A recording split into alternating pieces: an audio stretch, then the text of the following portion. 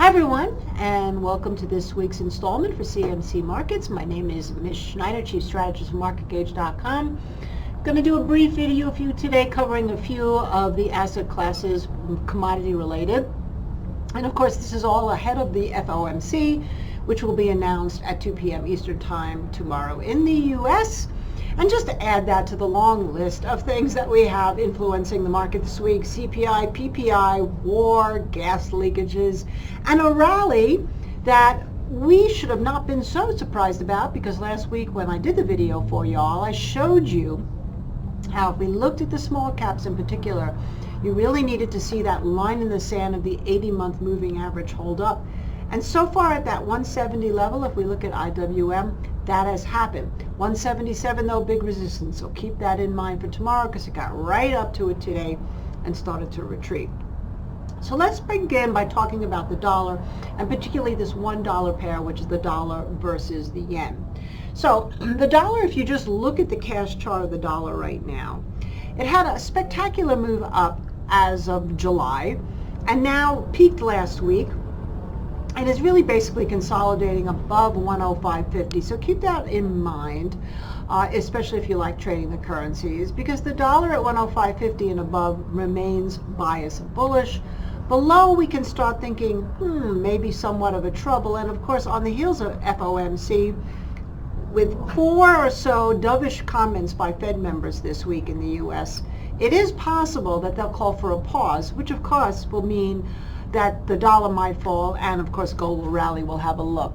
But taking a look strictly here at the yen-dollar relationship, remember we had that big day here, that 150 level we haven't cleared, but it hasn't really done very much since. The entire last 1, 2, 3, 4, 5 trading days are all within the bar of this day. So not so much in terms of clarity. Obviously it would be very clear if we broke the low or broke the high. But in between, a little bit dicer, and that's why I tell you about the dollar at 105.50. So let's put it to you this way. At this point right now, if we take a look at 148.45 above, that would be again like 105.50 in the dollar. 148.55 and above, probably more bullish in terms of the dollar-yen ratio. Underneath, maybe the yen starts to get a little bit of movement there, and you could start to think that the dollar might slip. And of course, the biggest point that you're going to be looking at right now is this 50-day moving average at 146.80. Of course, we had that mean reversion, but that's already in play and done, because what we did is we went to the 50-day moving average in momentum.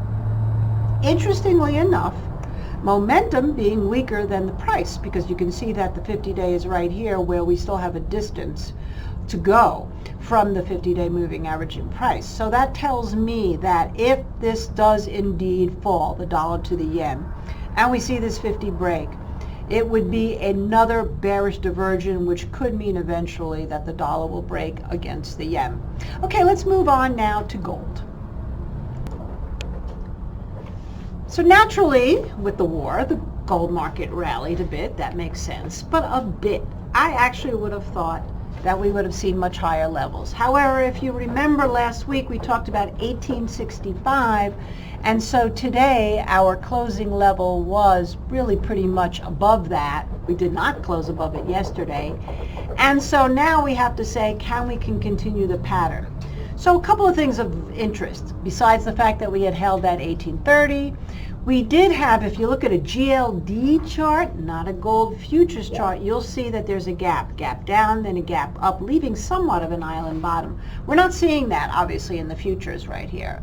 So, but we do see a gap higher. So right now, that gives you a very clean line in the sand to be looking at. That low of 1857.5 has to hold. You want that gap to hold. It doesn't hold. I would think that for whatever reason, maybe higher rates or what have you, the gold market is going to go back down. If it does hold, then we've got a couple of other key areas. Look at the body of the candle here and the body of the candle yesterday on the actual close. So 1865, right there, give or take a couple of cents there. Here it says 1864 and change. So between 1864 and 1865, above, I would continue to maintain more of a bullish bias. Below, then of course, like I said, I'd be looking at that gap. You don't want to see it fill down to 1850. Then if it holds 1865, based on this activity that we're seeing today, we did have a death cross, but that's all the way up here. Your next area of resistance is definitely going to be somewhere up around 1880. And again, then we're going to get back up to 1890. And then, of course, if you see these two highs here, we're at 1896, 1897.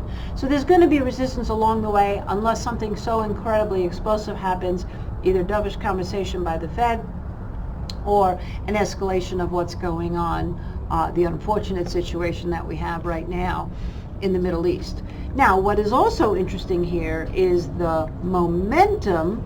We have not gotten a mean reversion. All we've done is come back from the lows of momentum. And remember, we talked about this. The momentum at this time, which was down here, at that point, gold was much lower. So the momentum has weakened relative to the price, but the price is still overall much stronger than when we saw momentum here. That tells me that if we can get a clearance of this Bollinger Band in momentum, then obviously the next area of momentum we'd want to see clear is this 50-day moving average. But at this point, there's no divergence, bullish or bearish, in terms of the gold chart.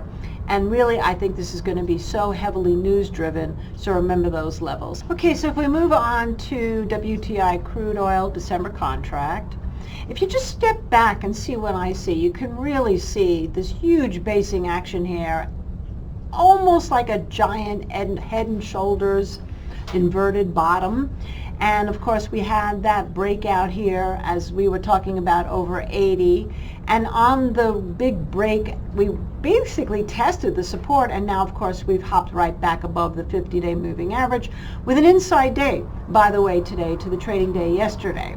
So this chart is interesting, but I also want to show you, because the momentum indicators are very, very important. Looking at this chart alone, what we can say is that we've got, obviously, the 50-day moving average right here at 83.66.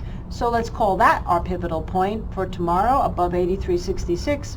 More bias on the upside, below, more bias on the downside. 80, your ultimate support, of course. And if it does hold 83.66, we had a high the other day, didn't quite get up to these highs right here, so I would say $85.98 to $86 a barrel would be our next place to have a look. This could actually fluctuate up and down between 80 and 90 for a while until some fresh news comes out, either a deal that is made that OPEC actually decides to increase production, or something escalates with Iran, which of course would then cause the prices to scream. So don't get overly bullish or bearish at these levels, is what I'm trying to say. I would anticipate $10 range, but for the very short term, like I said, keep your eye on about that 83.50 level, below negative, above bullish, and of course then we'll take a look at that 86, and then 80, well really 86, then 86.25, until we get into the next cluster of real resistance, which is going to be somewhere around 88.40. Moving back into the metals, let's have a look at silver here. The silver chart, interesting, this is the December contract. So with the silver chart right now, you can see there was nice clean bottoms here after this big move lower in March, and then again the big move lower that we had early October.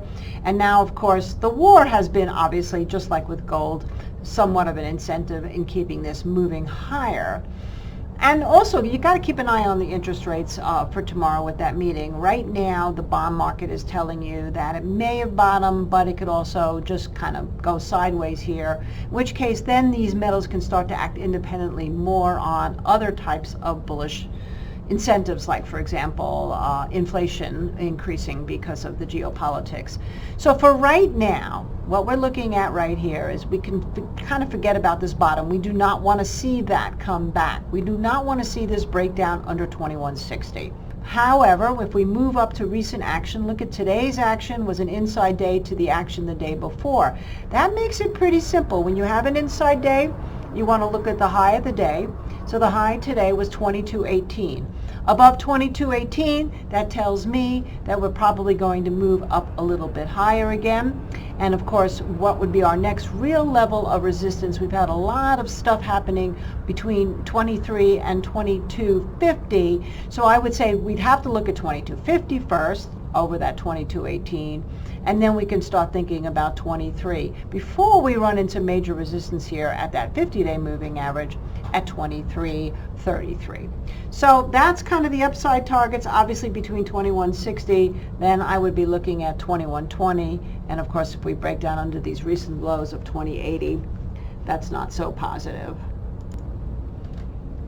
And lastly, of course, natural gas. So I have to say, I feel really good about the fact that I may have been one of the first voices that got to talk to you about the base in natural gas and the fact that it looked like natural gas was ready to take a rally. We also had mentioned that at this point now it could take a rapid trip to 4. Hasn't happened yet. So you can see we've stalled a little bit here over the last couple of days. Makes sense with PPI, CPI, and FOMC. The war people don't really know what's going on yet.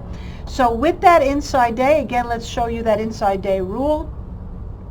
The high today was 3.471, above 3.471. I would think that this will continue its march higher, with its next real resistance being somewhere here around 355. This is all short term, of course. Then 380. And of course, 4, that's our kind of our holy grail area that we're looking at, and I would actually be probably thinking about taking some profit if you were more on a swing trade. On the flip side, however, with that same inside day, if we take out the low today of $3.32, then I think we have to go back and do a little bit of a reset closer to around that 310 to 311 level before we take another look to see if it goes lower than that. Okay, that's it for now. Hope you have a great trading day, great afternoon, and may you be safe. Thanks so much for watching, and bye for now.